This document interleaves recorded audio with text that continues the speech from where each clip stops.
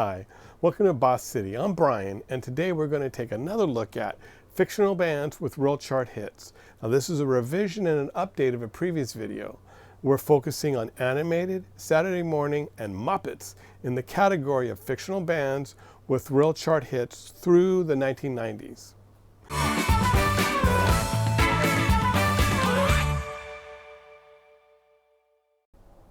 We're going to start with the band who had the biggest single release of any of the fictional bands with real chart hits, the Archies, featuring Archie, Reggie, Jughead, Veronica, and shaking that mean tambourine, Betty. Now, they've been around since the 40s in a comic book series created by John Goldwater and Bob Montana. But in 1968, they made their way onto Saturday mornings in an animated series produced by Filmation for CBS. Now, Don Kirshner was hired as music supervisor, and he had been fired with much acrimony and litigation from the Monkees TV project just a year before. He had been the music supervisor for the Monkees series and the president of their record company. This time, he's working with a band that might have been more animated, but certainly gave him a lot less headaches. The Archies started releasing records as soon as the series started. Bang Shang-a-Lang and Feeling So Good made the charts from their first album, but it was a single from their second album that took the country by storm. The classic bubblegum song, Sugar Sugar. It became the top single of 1969 and ushered in a wave of Saturday morning recording artists. From then on, it seemed that every Saturday morning show had to have pop music in it because Sugar Sugar was so massive. The song was written by Jeff Berry and Andy Kim and produced by Jeff Berry for Don Kirshner's Calendar Records. It featured Ron Dante and Tony Wine helping the Riverdale gang on the vocals. The arrangement and production help elevate this song so that it transcends the genre, making it timeless. While I do have some nostalgic memories of Sugar Sugar, I remember my brother had the 45 and I remember listening to it, and I remember the whole family watching Music Scene the week that the Archies were on performing Sugar Sugar, which in essence was just a clip from their Saturday morning show. But I do remember that because the weeks leading up to that show, musical performances were based on songs that were in Billboard's top 10, and the Archie Sugar Sugar lived there for quite a while, so they always were making excuses why the Archies couldn't perform on the show. Finally, they did, and I just remember that being a memory that sticks with me. I do believe Sugar Sugar is a premier example of high-quality bubblegum. Wilson Pickett covered the song a year later and reached number 25 on the Hot 100 chart in 1970 and number 4 on Billboard's R&B chart. Following Sugar Sugar, the Archies' rendition of Jingle Jangle landed in the top 10. Who's Your Baby and Sunshine were their final Hot 100 entries. The band also charted 5 albums on Billboard's Top 200 album chart, one of them which was a greatest hits collection from 1970. Next up is my favorite in this category, the Banana Splits. Fleegle, Bingo, Drooper, and Snorky hosted an NBC Saturday Morning Series with a ridiculously long title. Kellogg's of Battle Creek presents the Banana Splits Adventure Hour. The Splits performed short comedy bits and introduced other segments in the show. The music videos from their Decca Records release, We're the Banana Splits, was my favorite part of the show. The show's theme song, which is officially called the Tra-La-La song, One Banana, Two Banana, was released as a single and reached number 96 on Billboard's Hot 100. It's a fun bubblegum song. The album has a couple more bubblegum-infused songs that are really cool, and the rest of the album is catchy, high-quality 60s pop rock with a small dab of soul on the side. And it is a cut above most of the music derived from Saturday morning shows. Writers included Al Kooper, Barry White, Gene Pitney, Jimmy Radcliffe, Richie Adams, and Mark Barkin.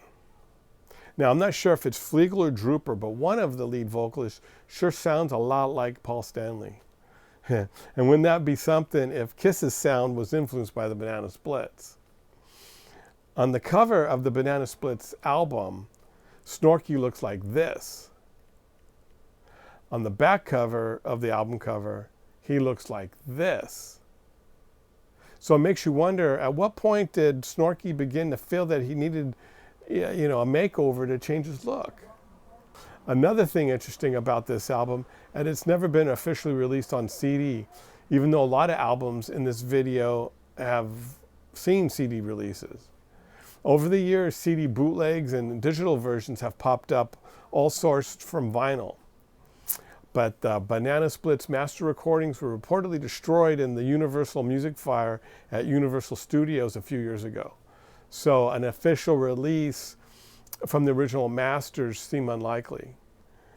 Besides the songs on the Decca LP, additional Banana Split songs were made available through Kellogg's mail-in promotions. Now, I've heard those songs for the first time recently, and I believe there is another lead vocalist on some of those tracks. Maybe Bingo got to take the lead on those Kellogg's recordings.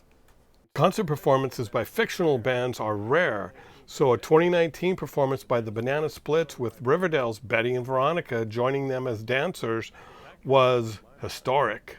The Banana Splits costumes were designed by Sid and Marty Krofft, who also produced the show from where our next group was derived from, the Bugaloos, the show about 4 singing insects with British accents who lived in Tranquility Forest, and all they wanted to do was spread peace, love, and joy.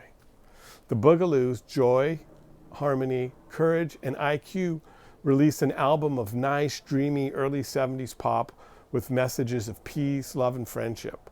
And the music did fit the show. Now, whether it has aged well or not is another question. But I still love the theme song, written by Charles Fox and Norman Gimbel, who also wrote Killing Me Softly, and a bunch of TV themes like Happy Days and Laverne and Shirley. The Bugaloos are on our list because their song, For a Friend, from their Capitol Records album reached number 118 on the Billboard Charts in 1970. The song was written by Al Kasha and Joel Hirshhorn, who are best known for writing the theme for the Poseidon Adventure, The Morning After, which was recorded by Maureen McGovern. And even though they could fly, the Bugaloos had a cool car designed by George Barris, the great car designer who also designed the Batmobile and the Munsters coach. Now, I don't know about you, but when I think of my ideal tranquil place, it would include insects. But that's just me. Teen Detectives, the Hardy Boys, are up next. Now, when I mention the Hardy Boys, some might think of the ones from the 50s that appeared on the Mickey Mouse Club, or the 70s with Parker Stevenson and Sean Cassidy. And there was a syndicated reboot in 1995 and a 2020 version that streamed on Hulu. But there was another Hardy Boys show that appeared on television, and it was Filmation's animated series, The Hardy Boys, that debuted on ABC Saturday mornings in 1969. Featuring Frank and Joe Hardy and their friends, Pete, Chubby, and Wanda, solving mysteries. In 1969, if you were a teen solving mysteries, you had to form a rock band. And the Hardys did. They released Here Come the Hardy Boys in 1969, which nudged its way onto the Billboard Album Charts, peaking at 199. A second album in 1970, Wheels, failed to chart. Their debut single, Love and Let Love, reached number 101 on the Billboard Singles chart. Now, their Saturday morning program was unique because it featured a live-action Hardy Boys group singing and playing the theme song in the show's opening sequence. But when the mystery would start, they would appear as animated characters, and they would look like this. Some of the music is sort of reminiscent of the Grassroots, catchy and fun, but some of it is merely pedestrian bubblegum. The next artist started a series of cereal commercials for Post Super Sugar Crisps. The long-running spokesman for Post Super Sugar Crisps, Sugar Bear, formed a band with Honey Bear, Shooby Bear, and Doobie Bear, no relation. Their 1972 debut album on Big Tree Records was called Presenting the Sugar Bears, produced by Jimmy Bowen. The single, You Are the One, made it to number 51 on the Billboard Charts.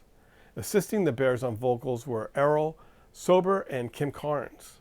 Songs were written by the likes of Mike Settle, Baker Knight, and Kim Carnes. A third single, the non-album side, Some Kind of Summer, written by Dave Ellingson, was on a David Cassidy solo album at the same time. Cassidy's version was released as a single in the UK on a double A side with I Am a Clown and reached number 3 in the UK in February of 1973. The music of the Sugar Bears was also available on the back of Super Sugar Crisp cereal boxes. So cutting along the dotted line allowed you to remove the cardboard circle that had the record grooves glued on, and placing it on a turntable allowed a highly distorted reproduction of the music to blare with the noticeable crackle of surface noise, as I'm sure the phonograph needle was being ripped to shreds. But hey, we were kids and it was fun. Now, the Sugar Bears music is kind of a catchy 70s pop with a dose of heavy bubble gum. Of course, if you ate breakfast while you listened, all the sugar in the Super Sugar Crisp made it even more super sweet. We're now up to the Muppets portion of the video, starting with appearances on Tonight Show with Steve Allen in the 50s and the Ed Sullivan Show and the Jimmy Dean Show in the 60s. Jim Henson's Muppets were very familiar to TV audiences, but it was the 1969 premiere of Sesame Street that initiated the Muppet mania that swept the nation. And Sesame Street was so big that the record stores were full of recordings containing the clever songs from the TV show, written mainly by Joe Raposo and Jeffrey Moss. The official cast album on Columbia Records reached number 21 and went gold. And Loretta Long, as her character Susan, signed to Scepter Records, releasing Susan Sings Songs from Sesame Street. And that reached number 86. And Bob McGrath, as Bob, made number 126 with his Affinity release of Bob McGrath from Sesame Street. But the biggest Sesame Street release was the single from my favorite Muppet and everyone's favorite orange crooner, Ernie. His single, Rubber Ducky, You're the One, on Columbia Records, made it all the way up to number 16 in 1970. So yeah, in 1970, you could be driving down the street listening to your AM radio, and the dulcet tones of Ernie, with assistance from Jim Henson, would serenade you about his love for his rubber duck. Now, that song also was nominated for a Grammy. The soundtracks to the Muppets TV series and movies regularly made the charts. They appeared on the album charts 8 times. Their biggest selling album was the John Denver and the Muppets Christmas Together album from their TV special collaboration. And that album went platinum and hit number 26 on the pop charts and number 13 on the country album charts. Their only other appearance on the Hot 100 singles chart was from the Muppets central figure, Kermit the Frog. His classic rendition of the Rainbow Connection from the Muppet movie on Atlantic Records reached number 25 on the Hot 100 and number 18 on the AC charts, written by Paul Williams and Kenny Asher and produced by Williams. Now, it's credited to Kermit, and in small print next to his name, in parentheses, is Jim Henson, to avoid any confusion. The Muppets most recently made the charts with the band Dr. Teeth and the Electric Mayhem. Their soundtrack from their 2023 Disney Plus series hit number 1 on the Kids chart, number 10 on the Vinyl chart, and number 29 on the Top Sales chart. The careers of musical acts who have had any kind of longevity can be divided up into distinct eras. And this is also true with fictional bands. Our final act has 4 eras that range from the late 50s to the mid 2000s. America's favorite rodents, the Chipmunks. Their first era began in 1958 when songwriter Ross Bagdasarian, under his stage name David Seville, took 3 chipmunks, Alvin, Simon, and Theodore, into a recording studio and utilized the variable speed control on a multi-track tape deck and emerged with the Chipmunk song, also known as Christmas Don't Be Late. And it became a huge hit that year and for several Christmases after that. It created a thirst for more Chipmunk music, and David Seville, the Chipmunks, and Liberty Records happily obliged. The follow-up, Alvin's Harmonica, peaked at number 3, while Ragtime Cowboy Joe made the top 20, and Alvin's Orchestra made the top 40. Alvin for President and a cover of Rudolph the Red-Nosed Reindeer also made the Hot 100. They were able to parlay their recording success into a 1960 primetime CBS series, The Alvin Show. But before production began, the Chipmunks underwent makeovers, changing their look from this to this. And this is the album that accompanied The Alvin Show, which only lasted one season before the reruns made their way to Saturday mornings. After the show's demise, the Chipmunks continued to release albums. Their highest charting release from the 60s was 1964's The Chipmunks Sing the Beatles Hits, which reached number 14 on the Billboard Album Charts. And that was their final chart appearance of the 60s, as their final 4 60s albums failed to chart. Their last release in 1969 brought the end of their first era. Ross Bagdasarian passed away in 1972, and the Chipmunks retired. But in the late 1970s, Chuck Taylor, a Los Angeles DJ at KMET, jokingly announced that he would be playing the single from the Chipmunks' new album, Chipmunk Punk. Blondie's 12-inch remix of Call Me was played at 78 RPMs, making Debbie Harry's vocals sound, well, like chipmunks. Listeners who didn't get the joke, and some who did, flooded the request line demanding to hear it again. And this spread to other radio stations doing the same thing. So demand for an authentic release grew.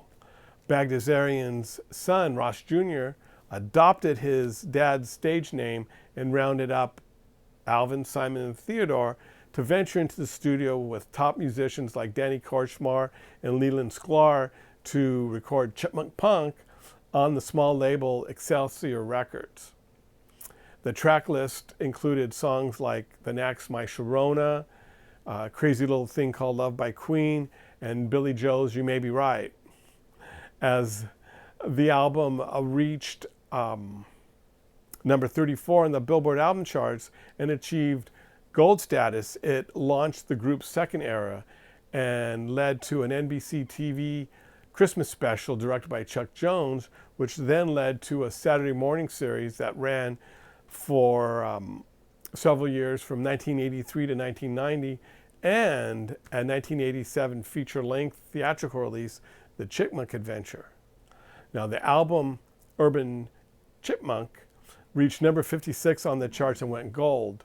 And 3 more charting albums followed, with Chipmunk Rock featuring a killer version of Jesse's Girl. But their biggest album of the second era was 1992's Chipmunk in Low Places, which reached number 21 on the album charts and number 6 on the country album charts. And that album went platinum, completing the second era. Their third era was the 1990s, which were mostly filled with reissues, collections of previous release material, and releases aimed primarily at children. Universal Pictures had acquired the exclusive rights to the Chipmunks, but besides a couple of direct-to-video titles, the Fury Trio languished. That is, until Ross Jr. and his company regained the rights, setting the stage for the fourth era. In 2007, the Chipmunks received yet another makeover for a CGI feature film, Alvin and the Chipmunks, which had spent years in development. The enormous hit was followed by 3 sequels and spawned movie soundtracks. This fourth era resulted in 4 charting albums, with 2 of them reaching the top 10, and 4 additional appearances on the Hot 100. Now, while the Chipmunks have been quiet for a while on the charts, who knows what the future holds for them. But one thing you can be certain of, you can never count the Chipmunks out. 20 entries on the Billboard Album Charts, 3 platinum albums, 4 gold albums, 21 Hot 100 appearances, 2 appearances in the top 10, and 3 Grammys. They are by far the biggest fictional band with real chart hits. So our congratulations to the Chipmunks. So that wraps up our look at fictional bands with real chart hits, animated, Saturday Morning, and Muppets. And if you have any thoughts or comments about the artists we talked about, please list them in the comment section below. And while you're at it, please like and subscribe. I'd really appreciate it. This has been Boss City Brian wishing you many blessings. And until next time, I'll be trying to untangle the jingle from the jangle. Bye for now.